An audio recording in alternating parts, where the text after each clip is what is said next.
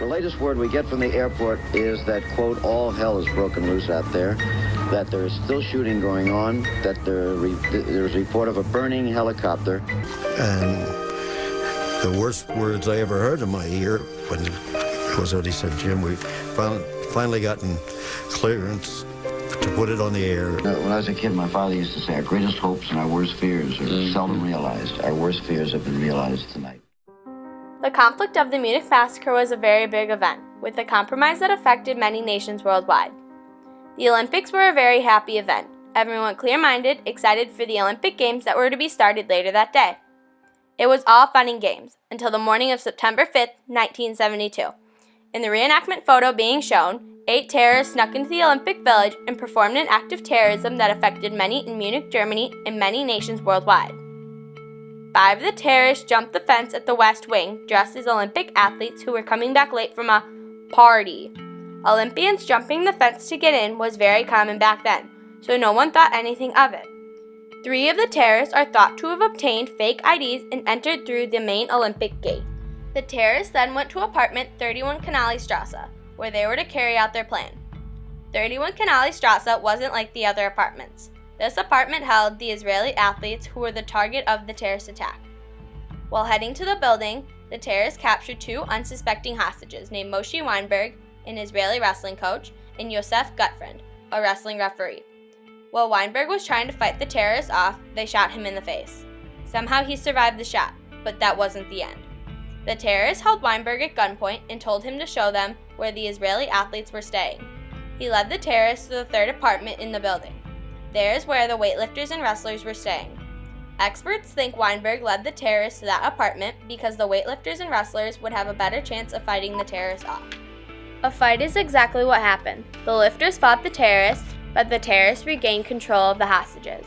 By the end of the fighting, the terrorists had killed 2 hostages and were holding 9 others hostage. Then the negotiation started. It went on for hours. The terrorists gave a paper list with the names of over 200 of their prisoners who had been captured during the Arab-Israeli War, a conflict where the Israelis captured over 200 of the Arabs' men. The Munich Massacre was the Arabs' strike back at the Israelis to have over 200 of their prisoners released. They also insisted on a safe passage out of Germany. When the negotiations seemed to be getting nowhere, the terrorists requested a plane to Cairo, Egypt. The plan was set then and there. They would take a helicopter to Fürstenfeldbruck Air Base at NATO Air Base. From the NATO Air Base, they would take a cargo plane with the hostages to Cairo, Egypt. At least that's what the terrorists thought. The government made up a compromise to get the hostages back. The plan was when the terrorists and the hostages arrived at NATO Air Base, they would ambush the terrorists. There were police officers and snipers set up around the vicinity, ready to attack. The downfall was the snipers they had assigned to kill the terrorists were not properly trained as sharpshooters. The plan was set. The terrorists arrived at NATO Air Base. Everything was in place, except for the unexpected guest. There were only enough snipers in place to kill the terrorists that were expected to be there, not for the unexpected terrorists added to the list. The whole plan was off. They couldn't shoot all but 1 terrorist, leaving him to kill the hostages that were still alive. With the kink in their plan setting everything back, a fight and a riot broke out. Hostages were being held, and the terrorists were refusing to let them go. There were shots traded back and forth until the unexpected happened. One of the terrorists pulled a grenade and activated it. The grenade killed the majority of the terrorists, and all of the hostages died instantly. The 3 of the 8 terrorists that didn't die from the explosion were captured and questioned. News stations were quickly informed of what happened at the airbase. Stories started piling up. It was broadcast on almost every network that the hostages didn't make it. One of the more popular networks, with Jim McKay as their host, broadcasted this on live TV. Clearance to put it on the air. When I was a kid, my father used to say, our greatest hopes and our worst fears are seldom realized. Our worst fears have been realized tonight. They've now said that there were 11 hostages. 2 were killed in their rooms yesterday morning.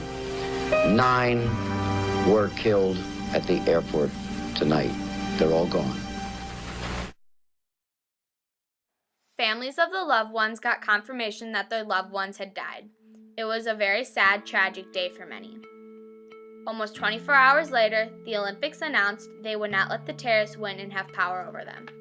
The officials of the Olympics announced that they would keep going and that a ceremony would take place for the athletes whose lives were taken by the event.